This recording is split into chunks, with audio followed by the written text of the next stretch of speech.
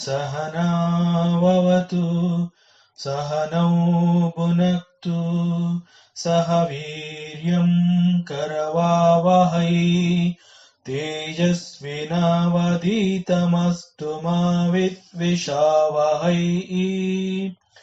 ॐ शान्ति शान्ति शान्तिः। ಶ್ರೀಕೃಷ್ಣ, ಸರ್ವವು ನಿನ್ನ ಸೇವೆಯಾಗಲಿ ಸ್ವಾಮಿ. ಎಲ್ಲ ಆಧ್ಯಾತ್ಮ ಬಂಧುಗಳಿಗೂ ನಮಸ್ಕಾರ ಮತ್ತು ಜ್ಞಾನದರ್ಶನಂ ವೇದಿಕೆಗೆ ಸ್ವಾಗತ. ಪುರುಷ ಸೂಕ್ತಂನ 3ನೇ ಮಂತ್ರದ ಕೊನೆಯ ಪಾದವನ್ನು ನಾವು ಚರ್ಚೆ ಮಾಡ್ತಾ ಇದ್ವಿ. ತ್ರಿಪಾದಸ್ಯಾಮೃತಂ ದಿವಿ.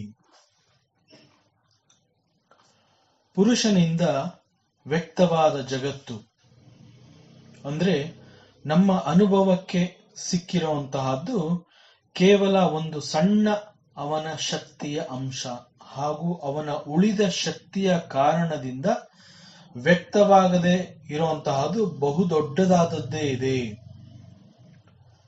ಅಮೃತಂ ದಿವಿ ಅಂತ ಹೇಳ್ತಾನೆ.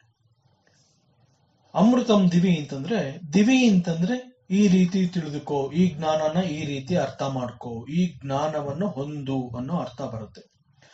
ಅಮೃತಂ ಅದು ವ್ಯಕ್ತವಾಗದೇ ಇರೋದ್ರಿಂದ ಅದು ಇಲ್ಲ ಅಥವಾ ಅದು ಕಣ್ಮರೆ, ಆ ರೀತಿ ಅಲ್ಲ. ಅದು ಕಣ್ಮರೆಯಾಗಲು ಅಥವಾ ನಾಶವಾಗಲು ಸಾಧ್ಯವಿಲ್ಲ ಅನ್ನೋದನ್ನ ಈ ಅಮೃತಂ ಅನ್ನೋ ಪದ ತಿಳಿಸ್ತಾ ಇದೆ. ಅದು ಇದ್ದರೂ ಕೂಡ ನಮ್ಮ ಗೋಚರಕ್ಕೆ ಬಂದಿಲ್ಲವಾದ ಕಾರಣದಿಂದ ಅದನ್ನ ಅವ್ಯಕ್ತ ರೂಪ ಅಂತ ನಾವು ತಿಳ್ಕೋಬೇಕಾಗುತ್ತೆ. ಗೀತೆಯ 2ನೇ ಅಧ್ಯಾಯದಲ್ಲಿ ಪರಮಾತ್ಮ ಶ್ರೀಕೃಷ್ಣ ಹೇಳ್ತಾ ಇದ್ದಾನೆ, ಅವ್ಯಕ್ತಾದೀನಿ ಭೂತಾನಿ ವ್ಯಕ್ತ ಮಧ್ಯಾನಿ ಭಾರತ ಅವ್ಯಕ್ತ ನಿಧನಾನ್ಯೇವ ತತ್ರ ಕಾ ಪರಿದೇವನ. ಅವ್ಯಕ್ತ ಅಂತಂದ್ರೆ ಯಾವುದು ಇನ್ನು ಸೃಷ್ಟಿಗೆ ಬಂದೇ ಇಲ್ಲವೋ ಅದನ್ನ ಹೇಳ್ತಾ ಇರುವಂತಹದ್ದು. ಸೃಷ್ಟಿಗೆ ಬಂದು ನಮಗೆ ಪರಿಚಯವಾಗಿ ನಂತರ ನಾವು ಯಾವುದನ್ನ ಮರಣ ಅಥವಾ ಸಾವು ಅಂತ ಹೇಳ್ತೀವಿ, ಅದು ಮತ್ತೆ ಅವ್ಯಕ್ತಕ್ಕೆ ಹೋಗುತ್ತೆ. ಹಾಗೂ ಈ ವ್ಯಕ್ತ ಮತ್ತು ಅವ್ಯಕ್ತ ಅಂತ ಹೇಳ್ತಾ ಇರುವಂತಹದ್ದು ಒಂದು ಕಾಲಚಕ್ರ. ಈ ಕಾಲಚಕ್ರದಲ್ಲಿ ಕೆಳಗಿರುವಂತಹದ್ದು ಮೇಲಕ್ಕೆ ಬರಬೇಕು ಹಾಗೂ ಮೇಲಿನದು ಮತ್ತೆ ಕೆಳಕ್ಕೆ ಬರಬೇಕಾಗತ್ತೆ. ಇದು ಚಕ್ರದ ನಿಯಮ. ಚಕ್ರ ಅನ್ನುವಂತಹದ್ದು ಉರುಳುವ ಕ್ರಿಯೆಯಲ್ಲಿ ಇರುವ ಕಾರಣ ಅದು ಎಲ್ಲವನ್ನೂ ಮತ್ತು ಎಲ್ಲರನ್ನೂ ತನ್ನೊಟ್ಟಿಗೆ ಕರ್ಕೊಂಡು ಹೋಗುತ್ತೆ. ಈ ಕಾರಣದಿಂದಲೇ ಕಾಲವನ್ನ ತಡೆಯುವಂತಹ ಶಕ್ತಿ ಇಲ್ಲ ಅಂತ ಹೇಳಿರೋದು. ಮೇಲೆ ಬಂದಾಗ ವ್ಯಕ್ತವಾಗಿ ಕೆಳಕ್ಕೆ ಹೋದಾಗ ಅವ್ಯಕ್ತವಾಗುವುದು. ಇದು ಬಹಳ ಸೂಕ್ಷ್ಮವಾದ ವಿಚಾರ. ಹೆಚ್ಚು ಹೆಚ್ಚು ಚಿಂತನೆ ಮಾಡಿ ಇದನ್ನ ನಾವು ಅರ್ಥ ಮಾಡ್ಕೋಬೇಕಾಗತ್ತೆ. ಈ ವ್ಯಕ್ತವಾಗಿ ಪರಿಣಮಿಸಿರುವ ಈ ವಿಷಯ ಮತ್ತು ಈ ಪ್ರಪಂಚ, ವಿಷಯ ಮತ್ತು ಪ್ರಪಂಚ ಪರಮಾತ್ಮನ ಒಟ್ಟು ಶಕ್ತಿಯ ಅಥವಾ ಅವನ ಒಟ್ಟು ಮಹಿಮೆಯ ಕೇವಲ ಒಂದು ಭಾಗ ಮಾತ್ರವೇ ಆಗಿದೆ. ಉಳಿದ ಹೆಚ್ಚಿನ ಶಕ್ತಿ ಇನ್ನು ವ್ಯಕ್ತವಾಗಿಲ್ಲ. ತ್ರಿಪಾದಃ ಅಸ್ಯ ಅಮೃತಂ ದಿವಿ. ಹಾಗಾದ್ರೆ ಅದು ಯಾವಾಗ ವ್ಯಕ್ತವಾಗುತ್ತೆ? ಅದಕ್ಕಾಗಿ ಸೂಕ್ತ ಸಮಯ ಒದಗಿ ಬಂದಾಗ ಅದು ಪ್ರಕಟವಾಗುತ್ತೆ. ಇಲ್ಲಿ ಇದು ಹೇಳ್ತಾ ಇರೋದಾದ್ರೂ ಏನನ್ನ ಕುರಿತು ಹೇಳ್ತಾ ಇದೆ, ಯಾವ ಸಂದೇಶವನ್ನ ಈ ಮಂತ್ರ ಕೊಡ್ತಾ ಇದೆ? ಮುಂದಿನ ಮಂತ್ರ ತ್ರಿಪಾದೂರ್ಧ್ವಾ ಉದೈತ್ ಪುರುಷಃ ಪಾದೋಸ್ಯೇಹ ಭವಾತ್ ಪುನಃ ತತೋ ವಿಶ್ವಂ ವ್ಯಕ್ರಾಮತ್ ಸಾಶನಾನ ಶನೇ ಅಭಿ. ತ್ರಿಪಾತ್ ಊರ್ಧ್ವಃ ಉದೈತ್ ಪುರುಷಃ ಪಾದಃ ಅಸ್ಯ ಇಹ ಅಭವಾತ್ ಪುನಃ ತತಃ ವಿಶ್ವಂ ವ್ಯಕ್ರಾಮತ್ ಸಾಶನಾನ ಶನೇ ಅಭಿ. ಈ ಮೂರನೇ ಮಂತ್ರದ ಕೊನೆಯ ಭಾಗ ಮತ್ತು ನಾಲ್ಕನೆಯ ಈ ಮಂತ್ರ, ಇವೆರಡನ್ನು ಒಟ್ಟೊಟ್ಟಿಗೆ ಚರ್ಚೆ ಮಾಡಬೇಕಾಗಿದೆ. ಪೂರ್ಣವಾಗಿ ಮೂರನೇ ಮಂತ್ರದ ಕೊನೆಯ ಭಾಗ ಇನ್ನೂ ಮುಗಿದಿಲ್ಲ, ಆದ್ರೂ ನಾಲ್ಕನೇ ಮಂತ್ರಕ್ಕೆ ನಾವಿಲ್ಲಿ ಬಂದಿದ್ದೀವಿ. ಈ ಮಂತ್ರ ಭಾಗವನ್ನ ನಾವು ಪ್ರವೇಶಿಸುವ ಮೊದಲು ಈ ಹಿಂದಿನ ಮಂತ್ರದ ಒಟ್ಟು ಸಾರಾಂಶ ಏನು ಅದನ್ನು ತಿಳ್ಕೋಬೇಕಾಗುತ್ತೆ. ಈ ಪ್ರಪಂಚ, ಈ ಜಗತ್ತು ಅಥವಾ ಈ ಬ್ರಹ್ಮಾಂಡ ಅನ್ನುವಂತಹದ್ದು ಪರಮಾತ್ಮನ ಮಹಿಮೆಯಾಗಿದೆ. ಆದರೆ ಇದು ಪರಮಾತ್ಮನ ಪೂರ್ಣ ರೂಪದ ಶಕ್ತಿಯ ಕೇವಲ ಒಂದು ಪಾದ ಮಾತ್ರವಾಗಿದೆ. ಇದಕ್ಕಿಂತಲೂ ಹೆಚ್ಚಿನದಾದ ಆತನ ಅಮೃತ ಸ್ವರೂಪವು ಇನ್ನೂ ತನ್ನ ಸ್ವರೂಪದಲ್ಲಿಯೇ ಇದ್ದುಕೊಂಡಿದೆ. ಆದ್ರಿಂದ ಪೂರ್ಣ ಸತ್ಯವನ್ನ ತಿಳ್ಕೊಂಡು ಅದರಲ್ಲಿ ಒಂದಾಗಿ ನೆಲೆ ನಿಲ್ಲುವಂತಹದ್ದು ಮನುಷ್ಯನ ಅಂತಿಮ ಗುರಿ ಅನ್ನೋದು ವೇದದ ದಿವ್ಯ ಸಂದೇಶವನ್ನ ಸ್ವಲ್ಪ ಮಟ್ಟಿಗೆ ಇಲ್ಲಿ ತಿಳಿಸಿ, ಮುಂದಿನ ಮಂತ್ರದಲ್ಲಿ ಪರಮಾತ್ಮನಿಗೂ ಆತನ ಪ್ರಪಂಚ ರೂಪ ಅಂತಂದ್ರೆ ವಿಧ ವಿಧವಾದ ಅನೇಕ ರೂಪಗಳ ಮಹಿಮೆಗೂ ಮತ್ತು ಪರಮಾತ್ಮನಿಗೂ ಇರುವಂತಹ ಸಂಬಂಧವನ್ನ ಮುಂದೆ ಇದು ತಿಳಿಸ್ಕೊಂಡು ಹೋಗುತ್ತೆ. ಈ ಮಂತ್ರದ ಅರ್ಥ ಈ ರೀತಿ ಕಂಡುಬರುತ್ತೆ. ಪುರುಷನು ತ್ರಿಪಾತ್ ಮೂರು ಪಾದಗಳಿಂದ ಊರ್ಧ್ವ ಉದೈತ್ ಮೇಲಕ್ಕೆ ಏರಿದವನಾಗಿದ್ದಾನೆ, ಹಾಗೂ ಅವನ ಒಂದು ಪಾದವು ಮತ್ತೆ ಇಲ್ಲಿ ವ್ಯಕ್ತವಾಗಿ ಪ್ರಕಟಗೊಂಡಿತು, ಹಾಗೂ ಸಾಶನ ಅನಶನ ಇವೆರಡನ್ನು ಮೀರಿ ಸರ್ವತ್ರವಾಗಿ ಎಲ್ಲವನ್ನು ಪರಮಾತ್ಮ ಅಥವಾ ಪುರುಷ ವ್ಯಾಪಿಸಿದಾನೆ. ಇಲ್ಲೂ ಕೂಡ ಮೂರು ಪಾದಗಳು ಮತ್ತು ಮತ್ತೊಂದು ಪಾದ ಅನ್ನುವಂತಹದನ್ನ ನೇರವಾಗಿ ಕಾಲು ಎಂಬಂತೆ ತಿಳಿಯದೆ ಅವನ ಹೆಚ್ಚಿನ ಅಂಶ ಹಾಗೂ ಅವನ ಒಟ್ಟು ಶಕ್ತಿಯಲ್ಲಿ ಒಂದು ಅಂಶ ಅನ್ನೋ ರೀತಿನಲ್ಲೇ ನಾವು ಅರ್ಥ ಮಾಡ್ಕೋಬೇಕಾಗುತ್ತೆ. ವ್ಯಾವಹಾರಿಕ ದೃಷ್ಟಿಯಿಂದ ನೋಡದೆ ವೇದಾಂತವನ್ನು ತಿಳಿಯುವಂತಹ ಪ್ರಯತ್ನವನ್ನ ನಾವು ಇಲ್ಲಿ ಮುಂದುವರ್ಸ್ಕೊಂಡು ಹೋಗ್ಬೇಕಾಗತ್ತೆ. ನಮ್ಮ ಸನಾತನ ಧರ್ಮವನ್ನ ವೈದಿಕ ಧರ್ಮ ಅಂತ ಕೂಡ ನಾವು ಹೇಳ್ತೀವಿ.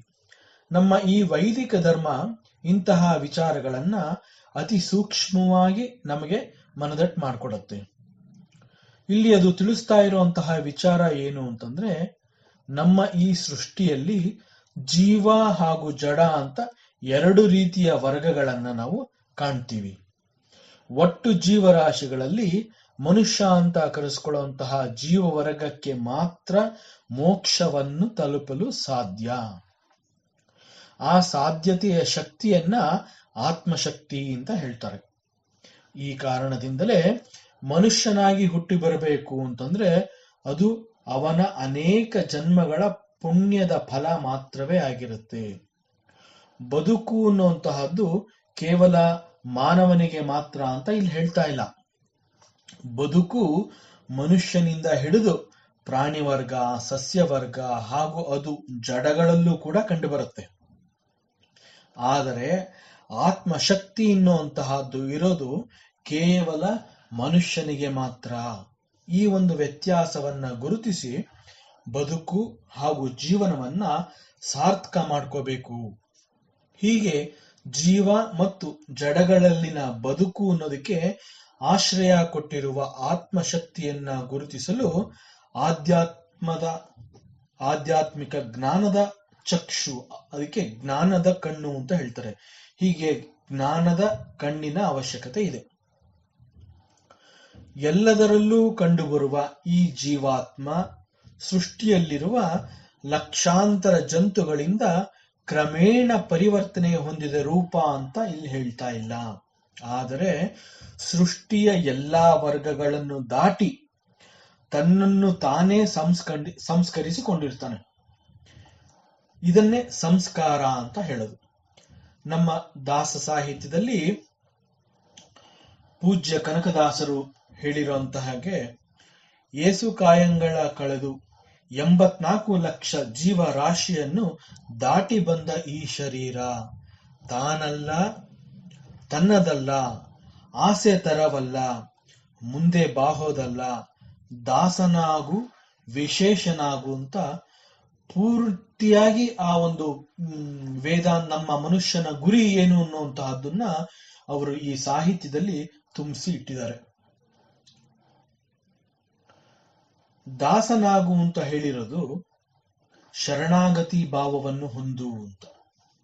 ಪರಮಾತ್ಮನಲ್ಲಿ ಈ ನಿನ್ನತನವನ್ನ ಕಳೆದುಕೋ, ಪರಮಾತ್ಮನಲ್ಲಿ ನೀನು ಶರಣು ಹೊಂದಿದರೆ ಆಗ ನೀನು ವಿಶೇಷನಾಗ್ತೀಯ. ದಾಸನಾಗು ವಿಶೇಷನಾಗು, ಏನನ್ನೂ ಉಳಿಸ್ಕೋಬೇಡ ಅಂತ ಇಲ್ಲಿ ಹೇಳ್ತಾ ಇರೋದು. ಏನನ್ನೂ ಉಳಿಸಿಕೊಳ್ಳದಂತೆ ನಿನ್ನ ತನವನ್ನ ಪರಮಾತ್ಮನಲ್ಲಿ ನೀನು ಕಳೆದುಕೋ, ಏನನ್ನು ಉಳಿಸ್ಕೋಬೇಡ ಅಂತ ಹೇಳ್ತಾ ಇರೋದು. ಯಾಕೆ ಅಂತಂದ್ರೆ ಶೇಷ ಅಂತಂದ್ರೆ ಅದು ಒಂದು ಭಾಗವನ್ನ ಉಳಿಸ್ಕೊಂಡಿರೋಂತಹದ್ದನ್ನ ತಿಳಿಸತ್ತೆ. ಏನನ್ನೂ ಉಳಿಸಿಕೊಳ್ಳದಂತೆ ಎಲ್ಲವನ್ನೂ ಕಳೆದುಕೊಂಡು ಪೂರ್ಣತ್ವವನ್ನ ಹೊಂದಿ ನೀನು ವಿಶೇಷನಾಗು ಅಂತ ದಾಸರು ಹೇಳ್ತಾ ಇದ್ದಾರೆ. ಇಲ್ಲಿ ಮಂತ್ರ ಹೇಳಿರುವಂತೆ ಹಿಂದಿನ ಮಂತ್ರದ ಕೊನೆಯ ಭಾಗದಲ್ಲಿ ತ್ರಿಪಾದಸ್ಯಾಮೃತಂ ದಿವಿ ಅಂತ ಹೇಳಿರುವಂತಹದ್ದು ಅರ್ಥವಾಗತ್ತೆ.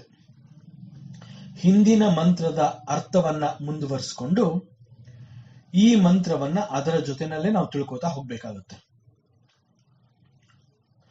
ಜೀವ ವಿಕಾಸ ಅಂತ ಹೇಳ್ತಾರೆ. ಇದು ಪರಿವರ್ತನೆ ಹೊಂದುವಂತಹದ್ದನ್ನ ತಿಳಿಸತ್ತೆ. It is not evolution of the species, but it is evolution of the Jivatma through various species ಅಂತ ಹೇಳ್ತಾರೆ. ಈ ಮಂತ್ರದ ಕೊನೆಯಲ್ಲಿ ಸಾಶನಾನ ಶನೇ ಅಭಿ ಅಂತ ಹೇಳಿರುವಂತಹದ್ದು ಭಗವಂತನ ಮಹಿಮೆ ಮತ್ತು ಶಕ್ತಿಯನ್ನ ಮತ್ತಷ್ಟು ವಿಸ್ತಾರ ಮಾಡಿ ತಿಳಿಸ್ತಾ ಇರುವಂತಹದ್ದು. ಜೀವ ಮತ್ತು ಜಡ ಅನ್ನೋದನ್ನ ಮತ್ತಷ್ಟು ಸೂಕ್ಷ್ಮವಾಗಿ ತಿಳ್ಕೊಳ್ಳೋದಕ್ಕೋಸ್ಕರ ಇಲ್ಲಿ ಈ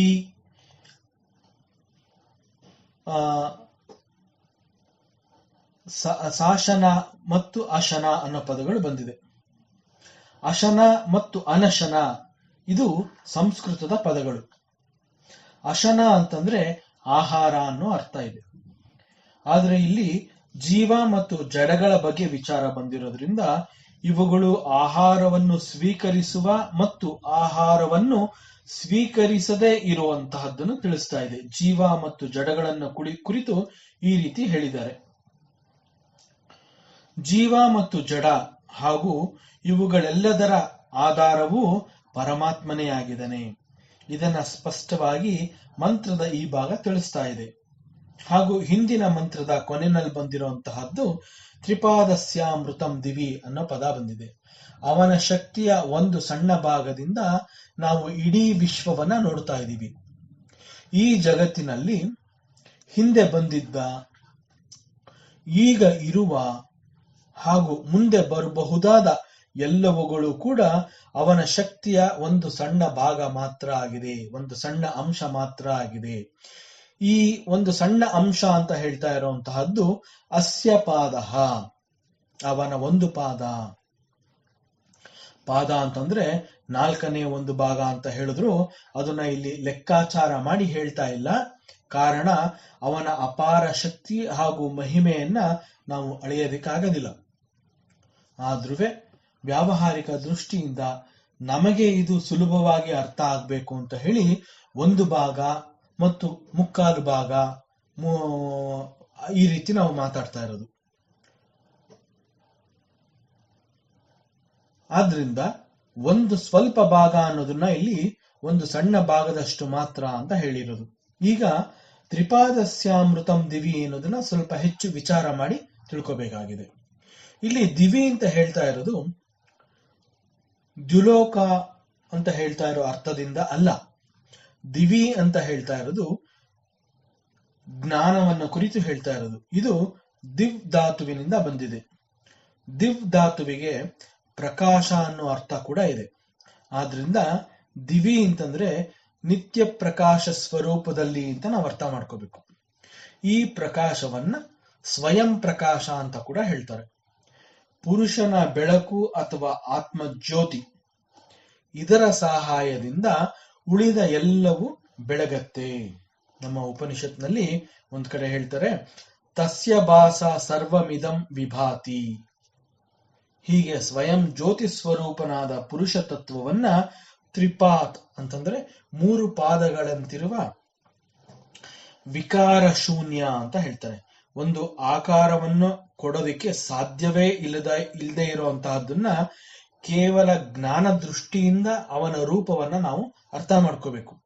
ಅದನ್ನ ಇಲ್ಲಿ ವಿಕಾರ ಶೂನ್ಯ ಅಂತ ಹೇಳ್ತಾ ಇರೋದು. ಶೂನ್ಯ ಅಂತಂದ್ರೆ ಏನು ಇಲ್ಲದೆ ಇರುವಂತಹದ್ದು. ವಿಕಾರ ಅನ್ನುವಂತಹದ್ದು ಪರಿವರ್ತನೆ, ರೂಪವನ್ನ ಪರಿವರ್ತನೆ ಮಾಡುವಂತಹದ್ದು. ಸೊ ವಿಕಾರ ಶೂನ್ಯ ಅಂತಂದ್ರೆ ಯಾವ ಆಕಾರವೂ ಇಲ್ಲದೆ ಇರುವಂತಹದ್ದನ್ನ ಯಾವ ರೀತಿ ನಾವು ಅರ್ಥ ಮಾಡ್ಕೊಳ್ಳೋದಕ್ಕೆ ಸಾಧ್ಯ, ಆ ರೀತಿ ನಾವು ಹೆಚ್ಚು ಚಿಂತನೆ ಮಾಡಿ ಅರ್ಥ ಮಾಡ್ಕೋಬೇಕಾಗುತ್ತೆ.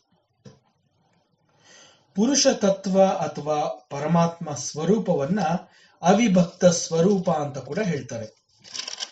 ಅಂದ್ರೆ ಇದನ್ನ ಭಾಗ ಮಾಡೋದಕ್ಕೆ ಕೂಡ ಸಾಧ್ಯ ಇಲ್ಲ. ಆದ್ರೆ ಇಲ್ಲಿ ಒಂದು ಪಾದ ವ್ಯಕ್ತ ರೂಪವಾದ ಜಗತ್ತು ಹಾಗೂ ಉಳಿದ 3 ಪಾದಗಳು ಅವ್ಯಕ್ತ ರೂಪದಿಂದ ಇದೆ ಅಂತ ಹೇಳಿರೋದು ನಮ್ಮ ಜ್ಞಾನಕ್ಕಾಗಿ ಮಾತ್ರ. ನಾವು ಇದನ್ನ ಸುಲಭವಾಗಿ ಅರ್ಥ ಮಾಡ್ಕೋಬೇಕು ಅನ್ನೋ ಈ ದೃಷ್ಟಿಯಿಂದ ಇದನ್ನ ಹೇಳಿರುವಂತಹದ್ದು. ಪರಮಾತ್ಮನನ್ನ ನಾವು ಪೂರ್ಣ ಪುರುಷ ಅಂತ ಹೇಳಿದ ಮೇಲೆ ಅಲ್ಲಿ ಸ್ವಲ್ಪ ಭಾಗ ಹಾಗೂ ಉಳಿದ ಹೆಚ್ಚಿನ ಭಾಗ ಅಂತ ನಾವು ಅದನ್ನ ಡಿವೈಡ್ ಮಾಡಿ ಬೇರೆ ರೀತಿಯಲ್ಲಿ ಅರ್ಥ ಮಾಡ್ಕೊಳಕ್ ಆಗೋದಿಲ್ಲ. ಆದರೂ ಕೂಡ ವ್ಯಾವಹಾರಿಕ ದೃಷ್ಟಿಯಿಂದ ನಾವು ಇದನ್ನ ಅರ್ಥ ಮಾಡ್ಕೊಂಡ್ರೆ ವೇದಾಂತದ ಭಾಷೆನಲ್ಲಿ ಮಂತ್ರ ಏನ್ ತಿಳಿಸ್ತಾ ಇದೆ ಅನ್ನೋದು ಸ್ವಲ್ಪ ಮಟ್ಟಿಗೆ ನಮ್ಗೆ ಅರ್ಥ ಆಗೋದಕ್ಕೆ ಇದು ಸಹಾಯ ಮಾಡುತ್ತೆ. ಪರಮಾತ್ಮ ತತ್ವವು ಪೂರ್ಣವಾಗಿರೋದ್ರಿಂದ ಅದನ್ನ ಅಮೃತ ಅಂತ ಕೂಡ ಹೇಳ್ತಾರೆ. ಇದೆಲ್ಲವೂ ನಮ್ಮ ತತ್ವದರ್ಶಿಗಳ ಅನುಭವದಂತೆ ಪುರುಷನ ಮಹಿಮೆಯನ್ನ ಈ ಸೂಕ್ತದಲ್ಲಿ ಸ್ವಲ್ಪ ಮಟ್ಟಿಗೆ ವರ್ಣನೆ ಮಾಡ್ತಾ ಇರುವಂತಹದ್ದು. ಈಗ ನಾವು ಈ ಸೂಕ್ತದ ಮತ್ತಷ್ಟು ಒಳಗೆ ಹೋಗಿ ಇನ್ನೂ ಡೀಪ್ ಆಗಿ ಚರ್ಚೆ ಮಾಡುವಂತಹ ಸಮಯ. ಅಲ್ಲಿ ಪುರುಷನನ್ನ ಹುಡುಕಬೇಕು. ಭೂತೇಶು ಭೂತೇಶು ವಿಚಿತ್ಯ ಧೀರಃ ಅಂತ ಹೇಳಿರೋ ಹಾಗೆ ನಾವು ಯೋಗ ನಿದ್ರೆಯಲ್ಲಿರುವ ಪರಮಾತ್ಮನನ್ನ ಇನ್ನು ಮುಂದೆ ಸಾಕ್ಷಾತ್ಕಾರ ಮಾಡ್ಕೋಬೇಕಾಗುತ್ತೆ. ಅವನ ಒಂದು ಪಾದದಿಂದ ವ್ಯಕ್ತವಾಗಿರುವಂತಹ ಈ ಜಗತ್ತು ಹಾಗೂ ಉಳಿದ ಅವನ ಶಕ್ತಿಯಿಂದ ಮರುಸೃಷ್ಟಿಗಾಗಿ ಹಾಗೂ ಸೂಕ್ತ ಸಮಯಕ್ಕಾಗಿ ಕಾದು ನಂತರ ಇದು ಪ್ರಕಟಗೊಳ್ಳುತ್ತೆ. ಪರಮಾತ್ಮನ ದೃಷ್ಟಿಯಲ್ಲಿ ಅದು ಈಗಾಗಲೇ ಇದೆ, ಅವ್ಯಕ್ತವಾಗಿದೆ ಅಂತ ಹೇಳ್ತಾ ಇರೋದು ನಮ್ಮ ದೃಷ್ಟಿಯಿಂದ ಹೇಳಿರುವಂತಹದ್ದು. ನಮಗೆ ಅಗೋಚರ ಸ್ಥಿತಿನಲ್ಲಿದೆ, ಆದ್ರೆ ಅದು ಈಗಾಗಲೇ ಪೂರ್ಣವಾಗಿದೆ, ಈಗಾಗಲೇ ಅದು ಇದೆ. ಆದ್ರೆ ಅದು ನಮಗೆ ಗೋಚರವಾಗ್ತಾ ಇಲ್ಲ. ನಮಗೆ ಗೋಚರವಾಗದ ಅದು ಈಗ ಎಲ್ಲಿದೆ? ಇಂತಹ ಪ್ರಶ್ನೆ ಬರುತ್ತೆ. ಅದಕ್ಕೆ ಇಲ್ಲಿ ಹೇಳ್ತಾ ಇದ್ದಾರೆ ಅಮೃತಂ ದಿವಿ. ಇಲ್ಲಿ ಅಮೃತಂ ಅಂತಂದ್ರೆ ಅದು ಎಂದಿಗೂ ನಾಶವಾಗದ್ದು. ನಾಶವಾಗದ್ದು ಅಂತ ಅಷ್ಟು ದೃಢವಾಗಿ ಹೇಳ್ತಾ ಇರೋದ್ರಿಂದ ಅದು ಈಗಾಗಲೇ ಇಲ್ಲಿರಬೇಕು ಅಥವಾ ಇದ್ದೇ ಇದೆ, ಈ ಒಂದು ತರ್ಕವನ್ನ ಇಲ್ಲಿ ಉಪಯೋಗಿಸ್ಕೋಬೇಕಾಗತ್ತೆ. ಅದು ಇದೆ, ಆದ್ರೆ ನನಗೆ ಅದು ಕಾಣ್ತಾ ಇಲ್ಲ. ನನ್ನ ಇಂದ್ರಿಯಗಳಿಗೆ ಅದು ಅಗೋಚರ. ಕೇವಲ ನನಗೆ ಕಾಣ್ತಾ ಇಲ್ಲ, ನಾನು ನೋಡ್ತಾ ಇಲ್ಲ, ನನ್ನ ಇಂದ್ರಿಯಗಳಿಗೆ ಅದು ಸಿಗ್ತಾ ಇಲ್ಲ ಅಂತ ಮಾತ್ರಕ್ಕೆ ಅದು ಇಲ್ಲ ಅನ್ನೋ ನಿರ್ಧಾರಕ್ಕೆ ನಾವು ಬರಬಾರದು. ಅದು ಇದೆ, ಆದರೆ ಕಾಣ್ತಾ ಇಲ್ಲ, ಆದರೂ ಅದು ಶಾಶ್ವತವಾಗಿ ಇದೆ ಅನ್ನೋದನ್ನ ಅಮೃತಂ ಅನ್ನೋ ಪದ ಇಲ್ಲಿ ತಿಳಿಸ್ತಾ ಇದೆ. ನಾವು ಕಾಣದ ಅನೇಕ ಲೋಕಗಳ ಪರಿಚಯವನ್ನ ನಮ್ಮ ಪುರಾಣ ಬಹಳ ಹಿಂದಿನಿಂದ ತಿಳಿಸ್ತಾ ಇದೆ. ಅನೇಕ ಸಂದರ್ಭಗಳಲ್ಲಿ ಈ ವಿಚಾರ ಬಂದಿದೆ. ದಿವಿ ಎನ್ನುವಂತಹದ್ದು ದಿವ್ಯತೆಯನ್ನು ಕುರಿತು ಹೇಳಿರೋದ್ರಿಂದ ಅದು ಬಹುಶಃ ಪುಣ್ಯ ಲೋಕವೇ ಆಗಿರುತ್ತೆ. ದಿವ್ಯ ಅನ್ನೋದು ಜ್ಞಾನ ಹಾಗೂ ಬೆಳಕನ್ನ ಸೂಚಿಸಿ ಹೇಳ್ತಾ ಇರೋದು. ನಾವು ದಿವ್ಯಮಾನ ಅನ್ನುವ ಪದವನ್ನ ಪ್ರಕಾಶಮಾನ, ಪ್ರಜ್ವಲ ಅನ್ನೋ ಪದಕ್ಕೆ ಪರ್ಯಾಯವಾಗಿ ಕೂಡ ಉಪಯೋಗಿಸ್ತೀವಿ. ಈ ರೀತಿಯಲ್ಲಿ ದಿವಿ ಎನ್ನುವಂತಹದ್ದು ಜ್ಞಾನ. ಇದನ್ನ ನೀನು ತಿಳಿದುಕೋ, ಈ ಜ್ಞಾನವನ್ನು ಹೊಂದು. ಪರಮಾತ್ಮನ ಅವ್ಯಕ್ತ ಲೋಕ ಸಾಕಷ್ಟು ದೊಡ್ಡ ಪ್ರಮಾಣದಲ್ಲೇ ಇದೆ ಅನ್ನೋದನ್ನ ತ್ರಿಪಾತ್ ಅಂತ ಈ ಪದ ತಿಳಿಸ್ತಾ ಇದೆ. ಈ ಪದದಲ್ಲಿ ತ್ರಿಪಾತ್ ಅಂತ ಹೇಳಿರುವ ಮಂತ್ರದ ಈ ಭಾಗ ಬಹು ನಿಖರವಾಗಿ ಅವನ ಶಕ್ತಿ ಮತ್ತು ಮಹಿಮೆ ಹಾಗೂ ಎಲ್ಲವನ್ನು ನಮಗೆ ತಿಳಿಸ್ಕೊಡ್ತಾ ಇದೆ. ಈ ಮಂತ್ರದ ಕೊನೆಯ ಭಾಗದಲ್ಲಿ ಸಾಶನಾನ ಶನೇ ಅಭಿ ಅಂತ ಮಂತ್ರ ಕೊನೆಯಾಗತ್ತೆ. ಇದು ಜೀವ ಮತ್ತು ಜಡ ಇವುಗಳ ಪ್ರಭೇದವನ್ನು ಕುರಿತು ಹೇಳಿರುವಂತಹದ್ದು. ಪರಮಾತ್ಮನು ಸೃಷ್ಟಿಯ ಎಲ್ಲಾ ಕಡೆಗಳಲ್ಲಿಯೂ ಇರುವಂತಹವನು, ಎಲ್ಲದರಲ್ಲಿಯೂ ಅವನಿರುವಂತಹವನು, ಹಾಗೂ ಪರಮಾತ್ಮನು ಎಲ್ಲದಕ್ಕೂ ಕಾರಣನಾಗಿರೋವನು. ಜೀವನಲ್ಲಿ ಪರಮಾತ್ಮನು ಇದ್ದು ಎಲ್ಲಾ ಚಟುವಟಿಕೆಗಳಿಗೆ ಶಕ್ತಿಯನ್ನ ಒದಗಿಸಿರೋದ್ರಿಂದ ಆ ಜೀವನನ್ನ ಜೀವಾತ್ಮ ಅಂತ ಗುರುತಿಸೋದಕ್ಕೆ ಸಾಧ್ಯವಾಗತ್ತೆ. ಆದರೆ ಜಡದಲ್ಲಿಯೂ ಪರಮಾತ್ಮ ಇದ್ದಾನೆ ಅಂತ ಅಂದ್ರೆ ಅದನ್ನ ನಾವು ಹೇಗೆ ತಿಳ್ಕೊಳಕ್ ಸಾಧ್ಯ? ಜೀವನಲ್ಲಿ ಪರಮಾತ್ಮ ಶಕ್ತಿಯನ್ನ ಒದಗಿಸಿ ಚಟುವಟಿಕೆಯನ್ನ ಉಂಟು ಮಾಡೋ ಹಾಗೆ ಮಾಡೋದ್ರಿಂದ ಅವನನ್ನ ಜೀವಾತ್ಮ ಅಂತ ಗುರುತಿಸೋದು ಬಹಳ ಸುಲಭವಾಗತ್ತೆ. ಆದರೆ ಪರಮಾತ್ಮ ಜೀವ ಜಡ ಎರಡರಲ್ಲೂ ಅವನಿರ್ತಾನೆ ಅಂತ ನಮ್ಮ ವೇದಾಂತ ತಿಳಿಸ್ತಾ ಇದೆ. ಜೀವನಲ್ಲಿರುವ ಜೀವಾತ್ಮನನ್ನ ಗುರುತಿಸೋದಕ್ಕೆ ಆ ಒಂದು ಚಟುವಟಿಕೆಗಳು ಸಹಾಯ ಮಾಡೋದಾದರೆ ಜಡದಲ್ಲಿ ಗುರುತಿಸಲು ಯಾವುದು ಸಹಾಯ ಮಾಡುತ್ತೆ? ಜಡದಲ್ಲಿ ಪರಮಾತ್ಮ ಇದ್ದಾನೆ ಎನ್ನುವಂತಹದ್ದು ನಮಗೆ ಹೇಗೆ ಅರ್ಥವಾಗತ್ತೆ? ಅದನ್ನ ತಿಳ್ಕೊಳ್ಳೋದಾದ್ರೂ ಯಾವ ರೀತಿ? ಈಗ ನಾವು ಆಗಮಶಾಸ್ತ್ರ ಅಂತ ಕೇಳಿದೀವಿ. ಆಗಮಶಾಸ್ತ್ರ ಅನ್ನುವಂತಹದ್ದು ಒಂದು ವಿದ್ಯೆ.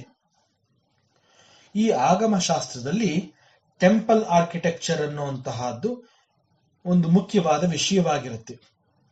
ಈ ಟೆಂಪಲ್ ಆರ್ಕಿಟೆಕ್ಚರ್ ಬಗ್ಗೆ ಅದು ಜ್ಞಾನವನ್ನ ಕೊಡುತ್ತೆ. ಈ ಆಗಮಶಾಸ್ತ್ರ ಅನ್ನುವಂತಹದ್ದು ಗುಡಿ ಗೋಪುರಗಳನ್ನ, ದೇವಸ್ಥಾನಗಳನ್ನ, ಪ್ರಾಕಾರಗಳನ್ನ ಹಾಗೂ ಗರ್ಭಗುಡಿಯ ನಿರ್ಮಾಣ ಇವುಗಳ ಬಗ್ಗೆ ವಿಶೇಷವಾದ ಜ್ಞಾನವನ್ನ ತಿಳಿಸುತ್ತೆ. ಕಲ್ಲಿನ ಮೂರ್ತಿಗಳನ್ನ ನಿರ್ಮಿಸುವಂತಹ ನಿಪುಣರನ್ನ ನಾವು ಶಿಲ್ಪಿ ಅಂತ ಕರಿತೀವಿ. ಅಂತಹ ಒಬ್ಬ ಬುದ್ಧಿವಂತ ಶಿಲ್ಪಿಗೆ ಕಲ್ಲಿನ ಗುಣಗಳನ್ನ ಗುರುತಿಸುವ ಒಂದು ನೈಪುಣ್ಯತೆ ಅಥವಾ ಆ ವಿಚಾರದಲ್ಲಿ ಅವನು ಜ್ಞಾನವನ್ನ ಹೊಂದಿರ್ತಾನೆ. ಒಂದು ಕಲ್ಲನ್ನ ನೋಡಿದ ತಕ್ಷಣ ಕಲ್ಲಿನ ಲಿಂಗವನ್ನ ಗುರುತಿಸುವ ಶಕ್ತಿ ಅವನಲ್ಲಿ ಇರುತ್ತೆ. ಯಾವ ಕಲ್ಲು ದೇವರ ಮೂರ್ತಿಯನ್ನ ನಿರ್ಮಿಸೋದಕ್ಕೆ ಯೋಗ್ಯವಾಗಿರುತ್ತೆ ಹಾಗೂ ಯಾವ ಭಾಗದ ಕಲ್ಲಿನಿಂದ ಗರ್ಭಗುಡಿ, ಪ್ರಾಕಾರ, ಗೋಪುರಗಳನ್ನ ನಿರ್ಮಿಸಬಹುದು ಹಾಗೂ ಉಳಿದ ಯಾವ ಕಲ್ಲಿನ ಭಾಗ ಅದನ್ನು ಉಪಯೋಗಿಸಿ ಮೆಟ್ಟಿಲು, ಕಂಬ ಹಾಗೂ ಮುಂತಾದವುಗಳನ್ನ ನಾವು ನಿರ್ಮಿಸಬಹುದು ಅನ್ನೋದನ್ನ ಆ ಶಿಲ್ಪಿ ತನ್ನ ಬುದ್ಧಿವಂತಿಕೆಯಿಂದ, ತನ್ನ ಜ್ಞಾನದಿಂದ ಅದನ್ನ ಗುರುತಿಸ್ತಾನೆ. ಈ ರೀತಿ ಒಬ್ಬ ನುರಿತ ಶಿಲ್ಪಿ ಕಲ್ಲಿನಲ್ಲೂ ಕೂಡ ಒಂದು ಜೀವ ಕಳೆಯನ್ನ ಗುರುತಿಸೋದಕ್ಕೆ ಸಾಧ್ಯ ಆಗತ್ತೆ. ನಮ್ಮ ಪುರಾಣದ ಒಂದು ಕಥೆನಲ್ಲಿ ಅಹಲ್ಯ ಅನ್ನುವ ಒಬ್ಬಳು ಮಹಿಳೆಗೆ ಒಂದು ಶಾಪದ ಕಾರಣದಿಂದ ಅವಳು ಜಡವಾಗಿ ಕಲ್ಲಿನಂತೆ ಇರ್ತಾಳೆ ಎನ್ನುವುದನ್ನು ನಾವು ಕೇಳಿದೀವಿ. ಮುಂದೆ ಅಹಲ್ಯಾಳಿಗೆ ಪುರುಷೋತ್ತಮ ಶ್ರೀರಾಮಚಂದ್ರ ಮುಕ್ತಿ ಅಥವಾ ಮೋಕ್ಷವನ್ನ ಕರುಣಿಸ್ತಾನೆ ಅಂತ ಕತೆ ಬರುತ್ತೆ. ನಾವಿಲ್ಲಿ ಗಮನಿಸಬೇಕಾಗಿರುವಂತಹದ್ದು ಶಾಪ ವಿಮೋಚನೆ ಎನ್ನುವಂತಹದ್ದ ಅಥವಾ ಕಲ್ಲಾಗಿದ್ದ ಅಹಲ್ಯೆಗೆ ಜೀವವಂತ ಈ ವಿಚಾರವನ್ನ ಮಾತಾಡೋದ್ರಿಂದ ಪ್ರಯೋಜನ ಇಲ್ಲ. ನಮಗೆ ಬೇಕಾಗಿರುವಂತಹದ್ದು ಆ ಕಲ್ಲಿನಲ್ಲಿ ಅನೇಕ ವರ್ಷಗಳನ್ನ ಕಳೆದು ಯಾರಿಗೂ ಗೊತ್ತಾಗದಂತೆ ಜಡರೂಪದಿಂದ ಅಲ್ಲಿಯೇ ಇದ್ದ ಅಹಲ್ಯೆಗೆ ಶ್ರೀರಾಮನ ಕಾರಣದಿಂದ ಮುಕ್ತಿ ದೊರಕತ್ತೆ. ಇದನ್ನ ಕೇವಲ ಈ ರೀತಿ ಕತೆ ಅಂತ ನೋಡದೆ ಕಲ್ಲಿನಲ್ಲಿ ಹುದುಗಿದ್ದ ಜೀವವನ್ನು ಕಾಣುವ ಪ್ರಯತ್ನವನ್ನ ನಾವು ಮಾಡಬೇಕಾಗತ್ತೆ. ಶ್ರೀರಾಮನಿಗೆ ಕಂಡ ಆ ಜೀವಕಳೆ ಯಾಕೆ ಬೇರೆ ಅನೇಕರಿಗೆ ಸಾವಿರ ವರ್ಷಗಳಾದರೂ ತಿಳಿಯಲಿಲ್ಲ? ಕೇವಲ ಪರಮಾತ್ಮ ಶ್ರೀರಾಮಚಂದ್ರ ಮಾತ್ರ ಅದನ್ನ ಹೇಗೆ ಗುರುತಿಸಿದ, ಬೇರೆಯವರಿಗೆ ಯಾಕೆ ಇದು ತಿಳಿಯಲಿಲ್ಲ? ಇದಕ್ಕೆ ಕಾರಣ ಜಡದಲ್ಲಿದ್ದ ಜೀವವನ್ನ ಗುರುತಿಸುವಂತಹ ಜ್ಞಾನ ಸುಲಭವಾಗಿ ಎಲ್ಲರಿಗೂ ಸಿಗೋದಿಲ್ಲ. ಅದೇ ರೀತಿ ಮರಗಿಡಗಳಲ್ಲೂ ಕೂಡ ಅನೇಕ ರೀತಿಯ ಜೀವ ಲಕ್ಷಣಗಳನ್ನ ನಾವು ನೋಡಬಹುದು. ಎಷ್ಟೋ ವರ್ಷಗಳ ಕಾಲ ಕೆಲವು ಮರಗಳು ಬದುಕಿರುತ್ತವೆ.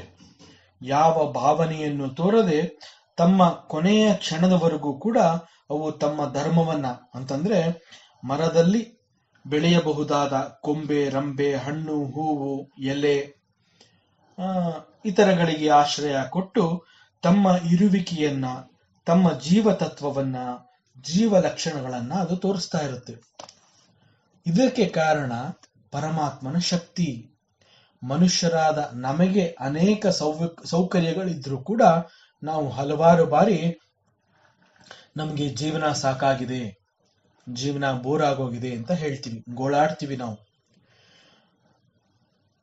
ಪರಮಾತ್ಮ ಜೀವ ಜಡಗಳಲ್ಲಿ ಇದ್ದು ಎಲ್ಲವನ್ನೂ ಆವರಿಸಿ ಅವೆಲ್ಲಕ್ಕೂ ಆಧಾರವಾಗಿದ್ದಾನೆ ಅನ್ನುವಂತಹದನ್ನ ಇಲ್ಲಿ ಸಾಶನಾನ ಶನೇ ಅಭಿ ಅಂತ ಮಂತ್ರ ತಿಳಿಸ್ತಾ ಇದೆ. ಅಮೃತಂ ದಿವಿ, ನಾಶವಾಗದ ಶಾಶ್ವತವಾದ ಲೋಕ ಅನ್ನೋ ಹಾಗೆ ನಾವಿದನ್ನ ಅರ್ಥ ಮಾಡ್ಕೋಬೇಕು. ಸ್ವರ್ಗವನ್ನ ನಾವು ಶಾಶ್ವತ ಲೋಕ ಅಂತ ಭಾವಿಸಿರೋದ್ರಿಂದ ಅವನ ಉಳಿದ ತ್ರಿಪಾತ್, 3 ಭಾಗಗಳಷ್ಟು ದೊಡ್ಡ ಪ್ರಮಾಣವಾದ ಅವ್ಯಕ್ತವಾದ ಸೃಷ್ಟಿಯನ್ನ ಅಮೃತ ಎಂಬಂತೆ ಈಗಾಗಲೇ ಅವನು ನಿರ್ಮಾಣ ಮಾಡಿದಾನೆ. ಸ್ವರ್ಗ ಅಂತಂದ್ರೆ ನಾವು ಕೇಳಿ ತಿಳಿದಿರೋದ್ರಿಂದ ಅದು ನಮಗೆ ಅವ್ಯಕ್ತ ಲೋಕವಾಗಿ ಮಾತ್ರವೇ ಕಾಣುತ್ತೆ. ನಮಗೆ ಇಲ್ಲಿಯವರೆಗೂ ಅದು ಯಾವ ಅನುಭವವೂ ಆಗಿಲ್ಲದ ಕಾರಣದಿಂದ ನಾವು ಅದನ್ನ ಅವ್ಯಕ್ತ ಅಂತಾನೆ ತಿಳಿಬೇಕಾಗತ್ತೆ. ಈಗ ನಾವು ನೋಡ್ತಾ ಇರುವಂತಹ ಈ ಸೃಷ್ಟಿನೇ ನಮಗೆ ಅತಿ ದೊಡ್ಡದಾಗಿ ಅನೇಕ ಸಂದರ್ಭಗಳಲ್ಲಿ ನಮ್ಮ ಊಹೆಗೆ ಸಿಲುಕದ ಕಾರಣ ನಾವು ಇದನ್ನೇ ಅನಂತ ಅಂತ ಕರಿತೀವಿ. ಇದಕ್ಕೆ ಅಂತ್ಯವೇ ಇಲ್ಲ, ಅಷ್ಟು ದೊಡ್ಡ ವಿಸ್ತಾರ. ಇದು ಇಷ್ಟು ಮಾತ್ರ ಅಂತ ಹೇಳೋದಕ್ಕೆ ಸಾಧ್ಯ ಇಲ್ಲ ಅಂತ ನಾವು ಹೇಳ್ತೀವಿ. ಅನಂತ ಅನ್ನೋದು ಯಾವ ಬೇಲಿಯ ಒಳಗೂ ಬರೋದಕ್ಕೆ ಸಾಧ್ಯ ಇಲ್ಲ, ಅದು ಅಷ್ಟು ದೊಡ್ಡ ವಿಸ್ತಾರವನ್ನ ಹೊಂದಿರುತ್ತೆ. ಆದ್ರಿಂದ ಅದಕ್ಕೆ ಬೇಲಿ ಹಾಕಲು ಸಾಧ್ಯವಿಲ್ಲ, ಅದನ್ನ ಅನಂತ, ಹೀಗೆಲ್ಲ ಅರ್ಥಗಳನ್ನ ಕೊಡೋದ್ರಿಂದ ನಾವು ಈ ಜಗತ್ತನ್ನ ಅನಂತ ಅಂತ ಕೂಡ ಕರಿತೀವಿ. ಇಷ್ಟು ದೊಡ್ಡ ಪ್ರಮಾಣದ ಸೃಷ್ಟಿಯು ಕೇವಲ ಅವನ ಒಂದು ಭಾಗದ ಶಕ್ತಿಯಿಂದ ಹೊರಬಂದಿರೋದಾದ್ರೆ, ಇಲ್ಲಿ ಉಪನಿಷತ್ ಋಷಿ ನಮಗೆ ಅರ್ಥ ಮಾಡಿಸುವ ಸಲುವಾಗಿ ಈ ಮಂತ್ರದಲ್ಲಿ ಬಳಸಿರುವ ಪದ ಪಾದೋಸ್ಯ ವಿಶ್ವಭೂತಾನಿ. ಎಂದಿಗೂ ನಮ್ಮ ಶಕ್ತಿ ಇದನ್ನ ಅಳೆಯೋದಿಕ್ಕೆ ಸಾಧ್ಯ ಇಲ್ಲ ಅಂತಂದ ಮೇಲೆ ಈ ಸೃಷ್ಟಿಗಿಂತ ಅವನು ಇನ್ನೂ ಹೆಚ್ಚಿನದನ್ನ ಸೃಷ್ಟಿಸಿ ಅದು ಅವ್ಯಕ್ತವಾಗುವಂತೆ ಮಾಡಿದಾನೆ. ಹಾಗೂ ಅದನ್ನ ದಿವಿ, ತಿಳಿದುಕೋ, ಆ ಜ್ಞಾನವನ್ನ ನೀನು ಹೊಂದು ಅಂತ ದಿವಿ ಅನ್ನುವ ಪದವನ್ನ ಉಪಯೋಗಿಸಿ ಅದರ ದಿವ್ಯತೆಯನ್ನ, ತೇಜಸ್ಸನ್ನ ಈ ಮಂತ್ರದ ಮುಖಾಂತರ ಪರಮಾತ್ಮನ ಮಹಿಮೆಯನ್ನ ಹೆಚ್ಚು ತೇಜಸ್ಸು ಬರೋ ಹಾಗೆ ಮಾಡಿದಾನೆ. ನಾವು ಇದನ್ನ ಗೀತೆಯ 10ನೇ ಅಧ್ಯಾಯದಲ್ಲಿ ಪರಮಾತ್ಮ ಶ್ರೀಕೃಷ್ಣ ಈ ರೀತಿ ಹೇಳ್ತಾನೆ, ಯದ್ ವಿಭೂತಿಮತ್ ಸತ್ವಂ ಶ್ರೀಮದೂರ್ಜಿತಮೇವ ತತ್ತ ದೇವಾವಗಚ್ಚತ್ವಂ ಮಮ ತೇಜೋಂಶ ಸಂಭವಂ. ಯತ್ಯತ್ ಯಾವ ಎಲ್ಲವೂ ವಿಭೂತಿಮತ್ ಐಶ್ವರ್ಯಯುಕ್ತವಾಗಿದೆಯೋ, ಶ್ರೀಮತ್ ಕಾಂತಿಯುಕ್ತವಾಗಿದೆಯೋ, ಊರ್ಜಿತಂ ವಾ ಶಕ್ತಿಯುತವಾಗಿದೆಯೋ, ತತ್ತತ್ ಅವೆಲ್ಲವೂ ಸತ್ವಂ ಏವ ಸತ್ವಯುತವಾದ ಸತ್ವ ವಸ್ತುಗಳು, ಅದನ್ನು ಹೊಂದಿರುವಂತಹದ್ದು. ಮಮ ನನ್ನ ತೇಜೋಂಶ ನನ್ನ ತೇಜಸ್ಸಿನ ಒಂದು ಅಂಶದಿಂದ ಸಂಭವಂ ಏವ ಅಭಿವ್ಯಕ್ತವಾಗಿ ಹೊರಬಂದಿದೆ ಅನ್ನೋದನ್ನ ತ್ವಂ ಅವಗಚ್ಚ ನೀನು ತಿಳಿದುಕೋ. ಗೀತೆಯ ಈ ಶ್ಲೋಕ ಜಗತ್ತಿನ ಎಲ್ಲಾ ಸತ್ವ ವಸ್ತುಗಳಲ್ಲಿಯೂ ಕೇವಲ ಪರಮಾತ್ಮನು ಆವರಿಸಿದ್ದಾನೆ ಹಾಗೂ ಅವನು ಈ ಎಲ್ಲವುಗಳಿಗೂ ಕಾರಣನಾಗಿದ್ದಾನೆ. ಈ ರೀತಿಯಲ್ಲಿ ನಾವು ಅನಂತ ಅನ್ನೋದನ್ನ ಅರ್ಥ ಮಾಡ್ಕೋಬೇಕು. ನಾನು ಅಂತ ಗುರುತಿಸಿಕೊಂಡಿರುವ ಈ ಒಂದು ಸಣ್ಣ ದೇಹ ಮತ್ತು ಮನಸ್ಸಿನ ಮೂಲಕ ಅನಂತ ವಿಶ್ವವನ್ನ, ಪರಿಪೂರ್ಣನಾದ ಭಗವಂತನನ್ನ ಅರ್ಥ ಮಾಡ್ಕೊಳ್ಳೋದು ಅಸಾಧ್ಯ. ಒಂದು ಸಣ್ಣ ಅಂಶದಿಂದ ಹೊರಬಂದ ಇಷ್ಟು ದೊಡ್ಡ ವಿಶ್ವವನ್ನ ನಾವು ಅರ್ಥ ಮಾಡ್ಕೊಳ್ಳೋದಕ್ಕೆ ಸಾಧ್ಯ ಇಲ್ಲದ ಕಾರಣ ಅಸ್ಯ ತ್ರಿಪಾದ ಅವನ ಉಳಿದ 3 ಭಾಗಗಳ ಶಕ್ತಿಯ ಅನಂತ ಸೃಷ್ಟಿಯನ್ನ ಊಹಿಸಿಕೊಳ್ಳೋದಕ್ಕೆ ಸಾಧ್ಯ ಇಲ್ಲ. ಆದ್ದರಿಂದ ಅದನ್ನ ಅವ್ಯಕ್ತ ಅಂತ ಇಲ್ಲಿ ಉಪನಿಷತ್ ಋಷಿ ಈ ಮಂತ್ರದ ಮೂಲಕ ತಿಳಿಸ್ತಾ ಇದ್ದಾನೆ. ಆದರೂ ಕೂಡ ಈ ಅವ್ಯಕ್ತ ಲೋಕ ಅಮೃತಂ ದಿವಿ ಶಾಶ್ವತವಾದ ದಿವ್ಯ ಲೋಕ, ದೇವಲೋಕ, ಉತ್ತಮ ಲೋಕ, ಸ್ವರ್ಗ, ಈ ರೀತಿ ಅರ್ಥ ಮಾಡ್ಕೋಬೇಕು. ನಮ್ಮ ಶಾಸ್ತ್ರ ವೇದಾಂತಗಳು ತಿಳಿಸ್ತಾ ಇರುವಂತಹದ್ದು ದೇಹ ಮತ್ತು ಮನಸ್ಸು ನೀನಲ್ಲ, ನೀನು ಅದರ ಸಂಕೋಲೆಯಿಂದ ಹೊರಬಂದ್ರೆ ಆಗ ನೀನು ಅದೇ ಆಗಿರ್ತೀಯ, ನೀನು ಕೂಡ ಅದೇ ಪರಿಪೂರ್ಣನು. ಆದ್ರೆ ಈ ಸತ್ಯವನ್ನ ಒಪ್ಕೊಳ್ಳುವ ಮಟ್ಟಕ್ಕೆ ನಾವು ಇನ್ನೂ ಬೆಳೆದಿಲ್ಲ. ಈ ಕಾರಣದಿಂದ ನಮಗೆ ಈ ವೇದ ವಾಕ್ಯಗಳು ಅರ್ಥವಾಗೋದಿಲ್ಲ. ಇದಕ್ಕೆ ಕಾರಣ ನಮ್ಮ ಅನೇಕ ಜನ್ಮಗಳ ಕರ್ಮಗಳ ವಾಸನೆ ನಮ್ಮನ್ನ ಇನ್ನೂ ಬಿಟ್ಟು ಹೋಗಿಲ್ಲದ ಕಾರಣ ನಾವು ಈ ದೇಹ ಮತ್ತು ಮನಸ್ಸಿಗಷ್ಟೇ ಸೀಮಿತವಾಗಿದ್ದೀವಿ. ತ್ರಿಪಾದೂರ್ಧ್ವ ಉದಯಿತ್ ಪುರುಷಃ ಅವನ ಒಂದು ಪಾದದಷ್ಟು ಶಕ್ತಿಯಿಂದ ಈ ಜಗತ್ತು ಬಂದಿದೆ ಹಾಗೂ ಉಳಿದ 3/4 ಭಾಗದಷ್ಟು ಉಳಿದ ಮತ್ತಷ್ಟು ಹೆಚ್ಚಿನ ಅಂಶ ಇಲ್ಲಿಯವರೆಗೆ ನಾವು ಯಾವುದೆಲ್ಲವೂ ಅವನ ದಿವ್ಯ ಲೋಕ, ಅಮೃತ ಲೋಕ ಅಂತ ಅರ್ಥ ಮಾಡ್ಕೊಂಡಿದೀವಿ. ಅವೆಲ್ಲವನ್ನು ಮೀರಿ, ಅವೆಲ್ಲವನ್ನು ದಾಟಿ ಪರಮಾತ್ಮನು ಬೆಳೆದಿದ್ದಾನೆ. ಉದಯಿತ್ ಪುರುಷ, ಹಿ ಇಸ್ ಬಿಯಾಂಡ್ ದಟ್ ಅಂತ ಹೇಳ್ತೀವಲ್ಲ, ಆ ಅರ್ಥ ಇದು. ಇದಕ್ಕೆ ಅನಂತ ಸೃಷ್ಟಿಯನ್ನ ಮೀರಿ ಬೆಳೆದವನು ಅನ್ನೋ ಅರ್ಥ ಕೂಡ ಬರುತ್ತೆ. ಪಾದೋಸ್ಯೇಹ ಭವಾತ್ ಪುನಃ ಅಸ್ಯ ಪಾದ ಇಹ ಅವನ ಒಂದು ಪಾದದ ಶಕ್ತಿಯ ಸೃಷ್ಟಿಯ ಪರಿಣಾಮ ಇಲ್ಲಿ ಅಭವಾತ್. ಇದನ್ನ ಲೀಲೆ, ಪರಮಾತ್ಮನ ಆಟ, ಈ ಯಾವುದು ಕೂಡ ನಮಗೆ ಅರ್ಥ ಆಗೋದಿಲ್ಲ. ಅದನ್ನ ನಾವು ಪರಮಾತ್ಮನ ಲೀಲೆ ಅಂತ ಹೇಳಿ ಸುಮ್ಮನಾಗೋಗ್ತೀವಿ. ಹಾಗೆಯೇ ಸೃಷ್ಟಿಯ ಪರಿಣಾಮವು ಇಲ್ಲಿ ಲೀಲೆಯನ್ನ ತೋರಿಸೋದಕ್ಕೋಸ್ಕರ ಪುನಃ ಮತ್ತೆ ಮತ್ತೆ ಬರ್ತಾ ಇದೆ. ಇದರ ಅರ್ಥ ಸೃಷ್ಟಿ, ಸ್ಥಿತಿ ಹಾಗೂ ಲಯ ಇದು ಅಭವಾತ್, ಪರಮಾತ್ಮನ ಲೀಲೆ. ಈ ಲೀಲೆಯನ್ನ ನಾವು ಒಬ್ಬ ಗುರುವಿನ ಮಾರ್ಗದರ್ಶನದಲ್ಲಿ ತಿಳ್ಕೊಂಡಾಗ ಬೇಗ ಅರ್ಥವಾಗುತ್ತೆ. ಪುನಃ ಪುನಃ ಪರಮಾತ್ಮನು ಇದನ್ನ ನಮಗೆ ತೋರಿಸ್ತಾ ಇದ್ದಾನೆ. ಮತ್ತೆ ಮತ್ತೆ ನಿರಂತರವಾಗಿ ಈ ಕ್ರಿಯೆಗಳು ಜರುಗ್ತಾನೆ ಇದೆ ಅಂತಂದ್ರೆ ಇಲ್ಲಿ ನಾವು ಪರಮಾತ್ಮನ ಒಂದು ಸೂಕ್ಷ್ಮ ಸಂಕಲ್ಪವನ್ನ ಅರ್ಥ ಮಾಡ್ಕೋಬೇಕಾಗತ್ತೆ. ಪುನಃ ಪುನಃ ಈ ಸೃಷ್ಟಿ, ಸ್ಥಿತಿ, ಲಯವನ್ನ ಪರಮಾತ್ಮ ಯಾಕೆ ಮಾಡ್ತಾ ಇದ್ದಾನೆ? ಪರಮಾತ್ಮನ ಸಂಕಲ್ಪ ನಮ್ಮನ್ನ ಮುಕ್ತರನ್ನಾಗಿ ಮಾಡೋದು. ಇದು ಕೂಡ ಅವನ ಕರ್ತವ್ಯವಾಗಿದೆ. ನಮಗೆ ಅನೇಕ ಅವಕಾಶಗಳನ್ನು ಒದಗಿಸುವ ಕಾರಣದಿಂದ ಪರಮಾತ್ಮನು ಅಭವಾತ್ ಪುನಃ ಈ ಜಗತ್ತಿನ ಮರುಸೃಷ್ಟಿಗಳಿಗಾಗಿ ಸದಾಕಾಲ ಮುಂದಾಗ್ತಾ ಇದ್ದಾನೆ. ಇಂತಹ ಸೂಕ್ಷ್ಮತೆಗಳ ವಿಷಯವನ್ನ ಈ ಮಂತ್ರ ತಿಳಿಸ್ತಾ ಇದೆ. ತಥೋ ವಿಶ್ವಂ ವ್ಯಕ್ರಾಮತು ತತಃ ಆದುದರಿಂದ ವಿಶ್ವಂ ಜಗತ್ತಿನ ಈ ಎಲ್ಲವನ್ನು, ಸರ್ವವನ್ನು ವ್ಯಕ್ರಾಮತು ಪರಮಾತ್ಮನು ಆವರಿಸಿಕೊಂಡಿದ್ದಾನೆ, ಎಲ್ಲವನ್ನೂ ಅವನು ಹೇಗೆ ಆಕ್ರಮಿಸಿಕೊಂಡಿದ್ದಾನೆ, ಆವರಿಸಿಕೊಂಡಿದ್ದಾನೆ, ಅದನ್ನ ಮುಂದಿನ ಮಂತ್ರ ತಿಳಿಸ್ತಾ ಇದೆ. ಇದು 5ನೇ ಮಂತ್ರ. ತಸ್ಮಾತ್ ವಿರಾಡ ಜಾಯತ ವಿರಾಜೋ ಅಧಿಪುರುಷಃ ಸ ಜಾತೋ ಅತ್ಯರಿಚ್ಯತ ಪಶ್ಚಾತ್ ಭೂಮಿಮತೋ ಪುರಃ.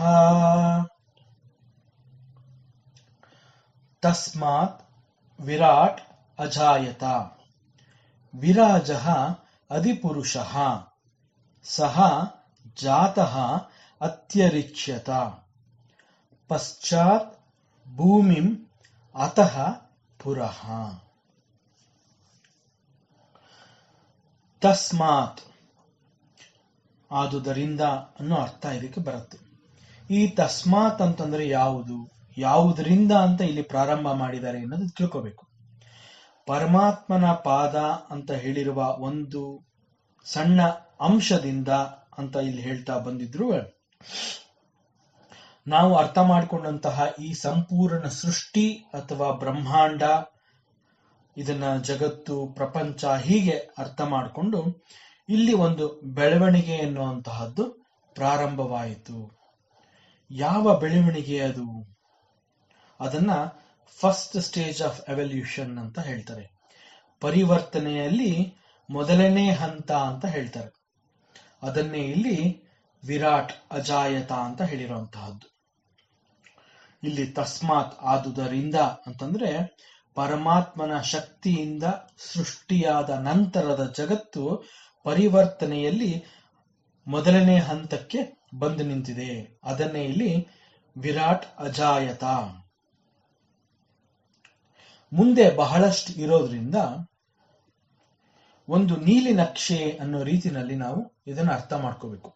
ಯಾಕೆ ಅಂತಂದ್ರೆ ಈಗ ಬಂದಿರುವಂತಹದ್ದು, ಈಗ ನಮ್ಮ ಅನುಭವಕ್ಕೆ ಸಿಕ್ಕಿರುವಂತಹದ್ದು ಪೂರ್ಣ ಪ್ರಮಾಣವಲ್ಲ. ಆದರೂ ಅದು ಮೂಲ ನಕ್ಷೆಯಲ್ಲಿ ತಿಳಿಸಿರುವಂತೆ ಅಂತಂದ್ರೆ ಪರಮಾತ್ಮನ ಸಂಕಲ್ಪದಿಂದ ಅವನ ಇಚ್ಛೆಯಂತೆ ಅದು ಮುಂದೆ ಇನ್ನು ಹೆಚ್ಚಿನದಾಗಿ ಹೊರಬರೋದರಲ್ಲಿರೋದ್ರಿಂದ ಯಾವ ಸಂಶಯವೂ ಇಲ್ಲ. ಯಾಕೆ ಅಂತಂದ್ರೆ ಇದು ಪರಮಾತ್ಮನ ಸೃಷ್ಟಿ, ಇದು ಅವನ ಸಂಕಲ್ಪ. ಇದನ್ನ ಈಶ ಸೃಷ್ಟಿ ಅಂತ ಕೂಡ ಹೇಳ್ತಾರೆ. ಈ ಒಂದು ಮೂಲದಿಂದ ನಂತರ ಬಹುಧಾ ಜಾಯತೆ, ಅನೇಕಗಳು ಉದಯಿಸಲು ಪ್ರಾರಂಭವಾಯಿತು. ಇದ್ದದ್ದು ಒಂದು ಮಾತ್ರ ಮತ್ತು ಆ ಒಂದು ಮಾತ್ರವೇ ಸತ್ಯ. ಈ ಒಂದರಿಂದ ಅನೇಕಗಳು ಹೊರಬಂದವು. ತೈತ್ರಿಯ ಉಪನಿಷತ್ತಿನಲ್ಲಿ ಒಂದು ಮಂತ್ರ ಈ ರೀತಿ ಬರುತ್ತೆ. ಬ್ರಹ್ಮಾನಂದವಲ್ಲಿ ಆ ಜಾಗದಲ್ಲಿ ಇದು ಬರುತ್ತೆ. ಸೋ ಕಾಮಯತ ಬಹುಸ್ಯ ಪ್ರಜಾಯೇಯೇತಿ ಸಾ ತಪೋತಪ್ಯತ ಸಾ ತಪಸ್ತಪ್ತ್ವ. ಪರಮಾತ್ಮನಿಗೆ ತನ್ನ ಶಕ್ತಿಯ ಬಗ್ಗೆ ಅರಿವಾಯಿತು ಅನ್ನೋ ರೀತಿಯಲ್ಲಿ ಈ ಮಂತ್ರ ಪ್ರಾರಂಭವಾಗುತ್ತೆ. ಅವನ ಶಕ್ತಿಯ ಪೂರ್ಣ ಪರಿಚಯ ಅವನಿಗೆ ಪ್ರಕಟವಾಯಿತು. ಪರಮಾತ್ಮನ ಶಕ್ತಿ ಪರಮಾತ್ಮನಿಗೆ ಪ್ರಕಟವಾಯಿತು ಅಂದ್ರೆ ಪರಮಾತ್ಮನಿಗೆ ಅದು ಒಂದು ಮುನ್ಸೂಚನೆಯಾಯಿತು. ಪರಮಾತ್ಮನಿಗೆ 3 ರೀತಿಯ ಶಕ್ತಿಗಳಿದೆ ಅಂತ ಹೇಳ್ತೀವಿ ನಾವು. ಅದನ್ನ ಇಚ್ಛಾಶಕ್ತಿ, ಜ್ಞಾನಶಕ್ತಿ ಮತ್ತು ಕ್ರಿಯಾಶಕ್ತಿ ಅಂತ ಹೇಳ್ತಾರೆ. ಅವನದೇ ಈ ಶಕ್ತಿಗಳು ಅವನಲ್ಲಿ ಮತ್ತೆ ಪ್ರಕಟವಾದವು. ಪರಮಾತ್ಮನನ್ನ ಈಶ್ವರ ಅಂತ ಹೇಳಿರೋದು ಈ ಕಾರಣದಿಂದ. ಅವನು ಎಲ್ಲವುಗಳಿಗೂ ಯಜಮಾನನಾಗಿದ್ದಾನೆ. ಈಶ್ವರ ಅಂತಂದ್ರೆ ಒಡೆಯ. ಈಶ್ವರ ಶಕ್ತಿ ಅಂತಂದ್ರೆ ಅದು ಈ ಕ್ರಮದಲ್ಲಿಯೇ ಬಂದಿದೆ.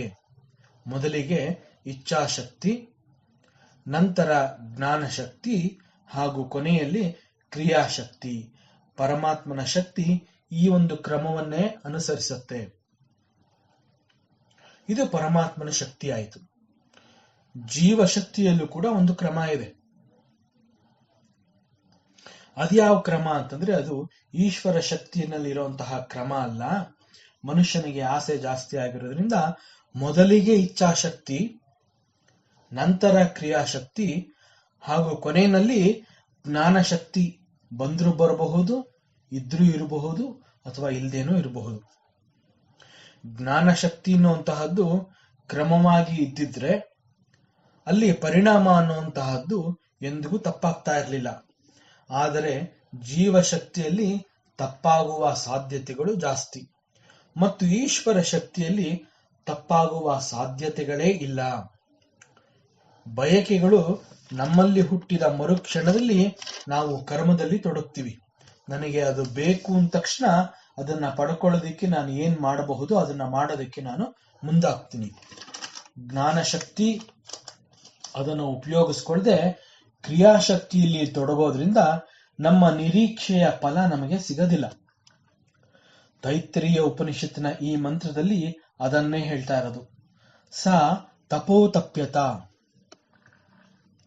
ಪ್ರಜಾಪತಿಗೆ ಸೃಷ್ಟಿಯಲ್ಲಿ ಪ್ರಜೆಗಳನ್ನ ಪಡೆಯೋದಿಕ್ಕೆ ಆದೇಶ ಬಂದಾಗ ಹಾಗೂ ಪ್ರಜಾ ಸೃಷ್ಟಿಯ ಬಯಕೆ ಉಂಟಾದಾಗ ಮುಂದಿನ ಪರಿಣಾಮ ಫಲಪ್ರದವಾಗಬೇಕು ಅಂತ ಹೇಳಿ ಮೊದಲು ತಪೋತಪ್ಯತ ದೀರ್ಘವಾದ ತಪಸ್ಸನ್ನ ಆಚರಿಸಿ ವ್ರತ ನಿಯಮಗಳನ್ನ ಪಾಲಿಸಿ ಆ ತಪಸ್ಸಿನ ಫಲದಿಂದ ಜ್ಞಾನ ಸಂಪಾದನೆ ಮಾಡಿ ನಂತರ ಪ್ರಜಾ ಸೃಷ್ಟಿಗೆ ಪರಮಾತ್ಮ ಕೈ ಹಾಕ್ತಾನೆ. ಈಶ್ವರ ಶಕ್ತಿಯ ಈ ಕ್ರಮದಲ್ಲಿ ಮಂತ್ರ ಹೇಳಿದ ತಸ್ಮಾತ್ ವಿರಾಟ ಅಜಾಯತ. ತಸ್ಮಾತ್ ಆದುದರಿಂದ ಅಂತಂದ್ರೆ ಈಶ್ವರ ಶಕ್ತಿನಲ್ಲಿ ಕ್ರಮವಾಗಿ ತನ್ನ ಶಕ್ತಿಯನ್ನ ಪ್ರದರ್ಶನ ಮಾಡ್ತಾನೆ.